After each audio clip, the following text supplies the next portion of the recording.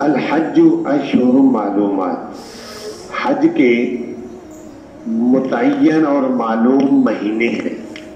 پیچھے بھی حج کے کچھ احکام کا ذکر ہوا تھا، اور اللہ تعالیٰ فرما رہے ہیں یہاں پر حج کے کچھ متعین مہینے ہیں۔ حج کے تقریباً 2.5 مہینے ہوتے ہیں۔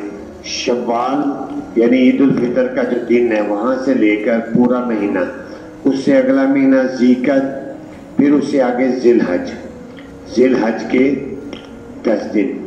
تو یہ 2 مہینے 10 دن حج کے شمار ہوتے ہیں۔ حج کا مطلب یہ ہے کہ اگر بالفرض کوئی آدمی ان مہینوں میں سے کسی تاریخ کو حج کا احرام باندھ لے تو احرام باندھنا درست ہوگا، کیونکہ یہ حج کے مہینے ہیں۔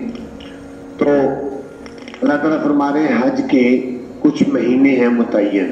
جس شخص نے لازم کر لیا ان مہینوں میں حج کو، لازم ایسے ہی کرے گا کہ احرام باندھ لیا اور تلبیہ کہہ دیا تو اب حج اس کے اوپر لازم ہو گیا۔ اب اس کو حج کے جو احرام کے احکام ہیں ان کی پابندی ضروری ہے۔ مثلا فلا رفث، رفث نہیں کر سکتا۔ رفث کے 2 معنی ہیں۔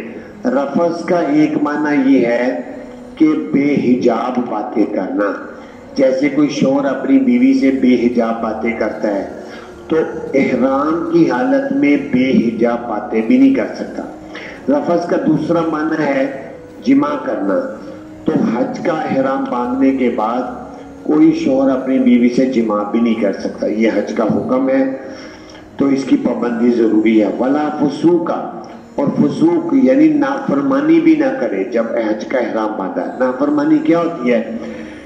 نافرمانی یہ ہوتی ہے کہ جب حج کا احرام باندھ لیا تو اب ناخن نہیں کاٹ سکتا، یہ پابندی ہے۔ خوشبو نہیں لگا سکتا، سلے ہوئے کپڑے نہیں پہن سکتا، جسم کے بال نہیں کاٹ سکتا، ان کی پابندی ضروری ہے۔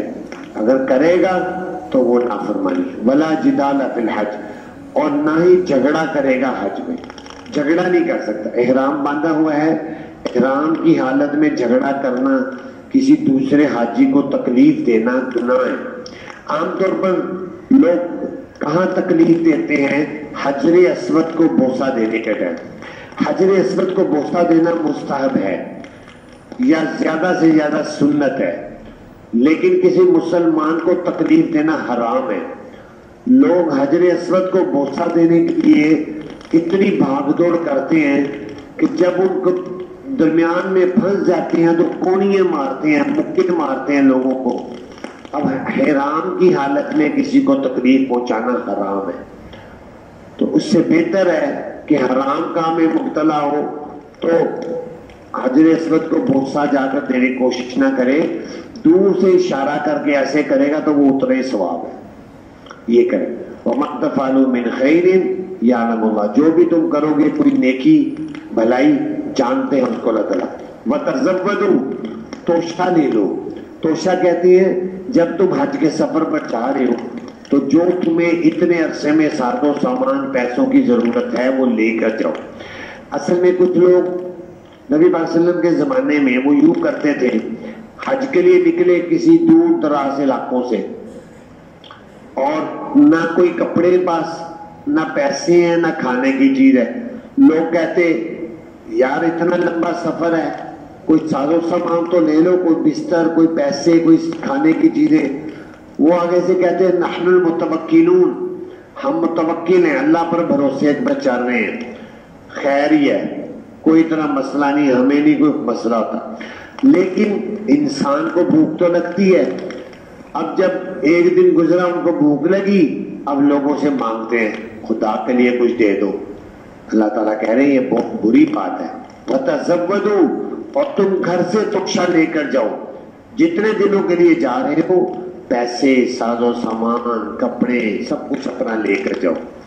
فَإِنَّ خَيْرَ زَادِ التَّقْوَىٰ، بے شک بہترین توشہ و تقویٰ ہے۔ کسی کے ہاتھ آگے سوال کرنا، اس سے بچنا، یہ بہت بڑی عبادت ہے۔ وَاتَّقُونِ يَا أُولِي الْأَلْبَابِ، ڈرو مجھ سے اے عقل والو۔ لَيْسَ عَلَيْكُمْ جُنَاحٌ، نہیں ہے تم پر کوئی گناہ، یہ کہ تم تلاش کرو فضل اپنے رب سے۔